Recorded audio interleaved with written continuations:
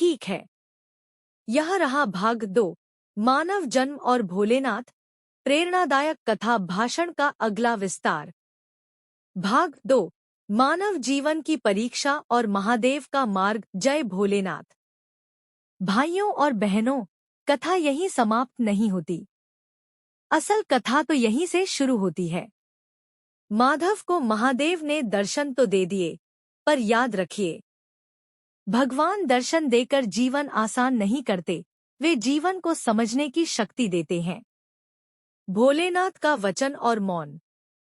भोलेनाथ ने कहा था, मैं तेरे अंतर्मन में हूं। लेकिन उसके बाद न कोई आवाज आई, न कोई चमत्कार हुआ। माधव अकेला रह गया, जंगल में नहीं, अब समाज के बीच।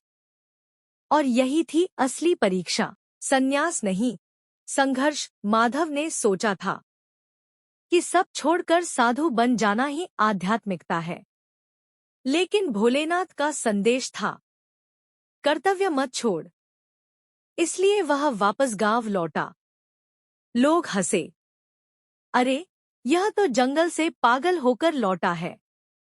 कोई बोला, भगवान दिखते हैं क्या ऐसे? यहां से सीख शुरू होती है। भाइयों, जब आप बदलते हो तो दुनिया पहले आपको बदलने की कोशिश करती है, और जब वो नहीं बदल पाती तो आपका मजाक उड़ाती है। यही मानव जन्म की कसौटी है। मानव जन्म का दूसरा सत्य भोलेनाथ ने कहा था, दुख तुझे तोड़ने नहीं, गढ़ने आते हैं। माधव अब समझने लगा, अपमान धैर्य की परीक्षा, असफलता सीख का अवसर, अकेलापन आत्मचिंतन का समय। यही कारण है कि जानवर दुख भोगते हैं, लेकिन केवल मनुष्य दुख से सीख सकता है। भोलेनाथ क्यों श्मशान में रहते हैं? सोचिए, राजा महलों में रहता है, पर महादेव श्मशान में क्यों?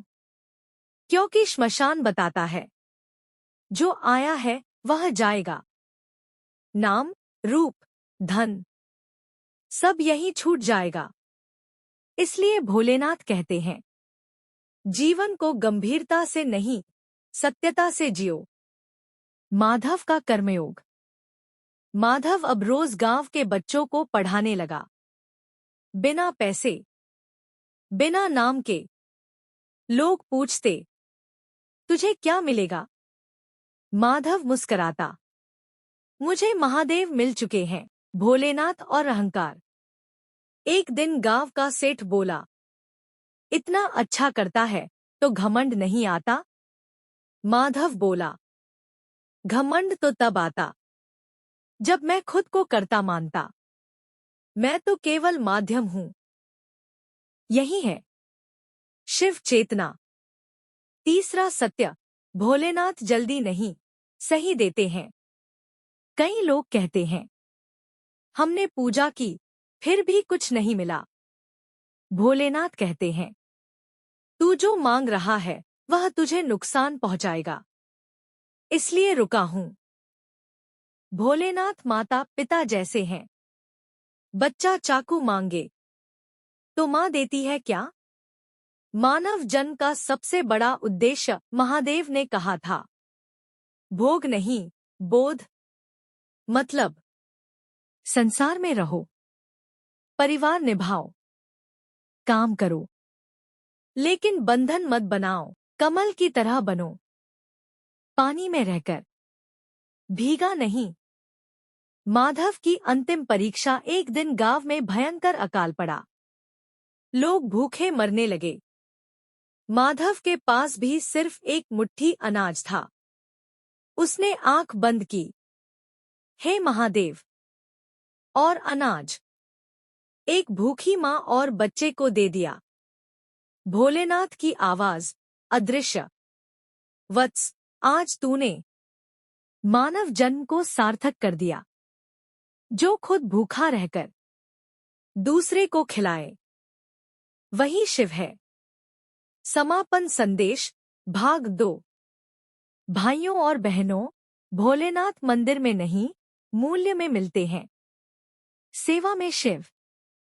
सहनशीलता में शिव, सत्य में शिव। और याद रखिए, जो स्वयं जलकर दूसरों को रोशनी दे, वही महादेव का सच्चा भक्त है। बोलो मानव धर्म की जय, बोलो कर्मयोग की जय, बोलो भोलेनाथ की जय।